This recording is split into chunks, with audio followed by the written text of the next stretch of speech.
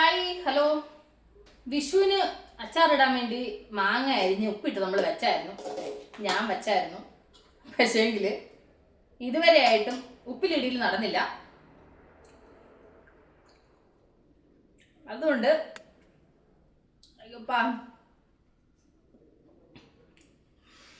മാങ്ങ ഉപ്പിട്ട് വെച്ചതുകൊണ്ട് മാങ്ങക്കകത്ത് ഭയങ്കര ഉപ്പും പുളിയൊക്കെ പിടിച്ചിങ്ങനെ ഇരിപ്പുണ്ട്.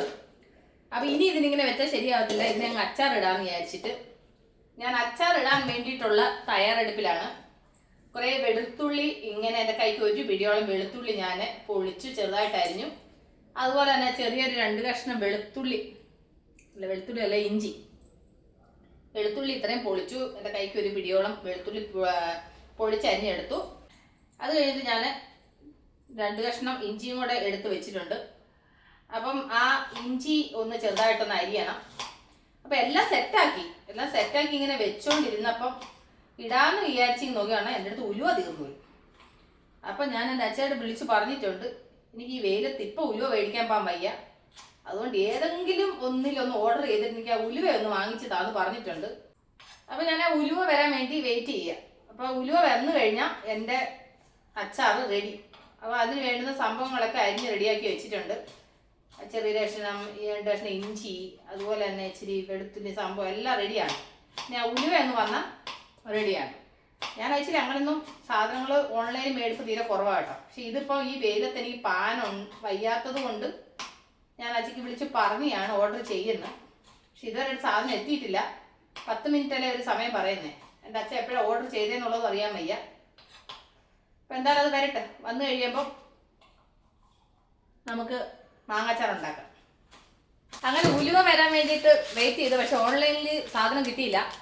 അവന്മാർക്ക് എവിടെ എന്താ പറയുന്നത്, അഡ്രസ്സ് എന്താ തെറ്റിപ്പോയെന്ന് അതൊക്കെ പറഞ്ഞ് ഓർഡർ ക്യാൻസൽ ചെയ്തു. അവസാനം ഞാൻ എൻ്റെ മോനെ പറഞ്ഞ് വിട്ടിട്ട് ഞാൻ ഉലുവ മേടിച്ചു കേട്ടോ. അപ്പോൾ നമുക്ക് അച്ചാർ ഉണ്ടാക്കാൻ തുടങ്ങിയാലോ. സമയം കളയാണ്ട് എല്ലാം റെഡിയാണ്. അപ്പോൾ പിന്നെ എന്തിന് ടൈം വേസ്റ്റ് ചെയ്യുന്നു. അപ്പോൾ പാൻ അടുപ്പ് വെച്ചു. ഞാൻ പാൻ നന്നായിട്ടൊന്ന് ചൂടാവട്ടെ.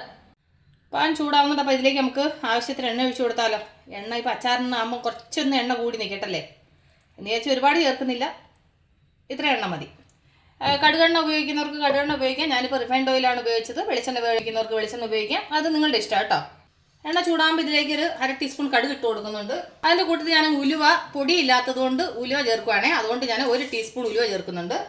എന്നിട്ട് ഈ കടുക് ഒന്ന് പൊട്ടി ഉലുവ ഒന്ന് ഫ്രൈ ആവണം.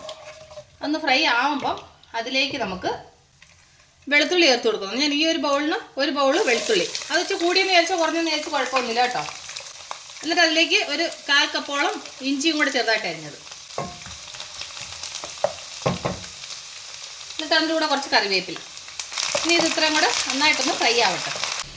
ഇതിലപ്പോൾ നന്നായിട്ട് ഫ്രൈ ആയിട്ടുണ്ട്. ഇതിലേക്ക് നമുക്ക് തീ കുറച്ച് വെച്ചിട്ട് മുളക് പൊടി ചേർത്ത് കൊടുക്കാം. ഞാൻ ഇതിനൊരു 1/4 കപ്പോളം മുളക് പൊടി എടുത്തിട്ടുണ്ട്. 1 ടീസ്പൂൺ മഞ്ഞൾപ്പൊടി, അതിൻ്റെ കൂടെ 1 ടീസ്പൂണ് കായപ്പൊടി. ഇനി ഇത്ര നന്നായിട്ട് മിക്സ് ചെയ്യുക. എന്നിട്ട് ഇതിലേക്ക് ഒരു 2 ടേബിൾ സ്പൂൺ വിനീഗർ. എന്നിട്ട് നന്നായിട്ടൊന്ന് തിളക്കിയിട്ട് ഇതിലപ്പോൾ നന്നായിട്ട് തിളച്ച് കുറുകിയിട്ടുണ്ട്. ഇനി ഞാൻ സ്റ്റൗ ഓഫ് ചെയ്യുകയാണേ. എന്നിട്ട് നമ്മൾ ഉപ്പ് പുരട്ടി വെച്ച മാങ്ങയുണ്ടല്ലോ അത് ഇതിലേക്ക് അങ്ങ് ഇട്ട് കൊടുക്കുന്നുണ്ട്. എന്നിട്ട് നന്നായിട്ടങ്ങ് മിക്സ് ചെയ്തിട്ട് യോജിപ്പിക്കുക. ഞാൻ ആ മാങ്ങ അന്നേരം കഴിച്ചു നോക്കിയപ്പോൾ മാങ്ങയ്ക്ക് നല്ല ഉപ്പുണ്ടായിരുന്നു.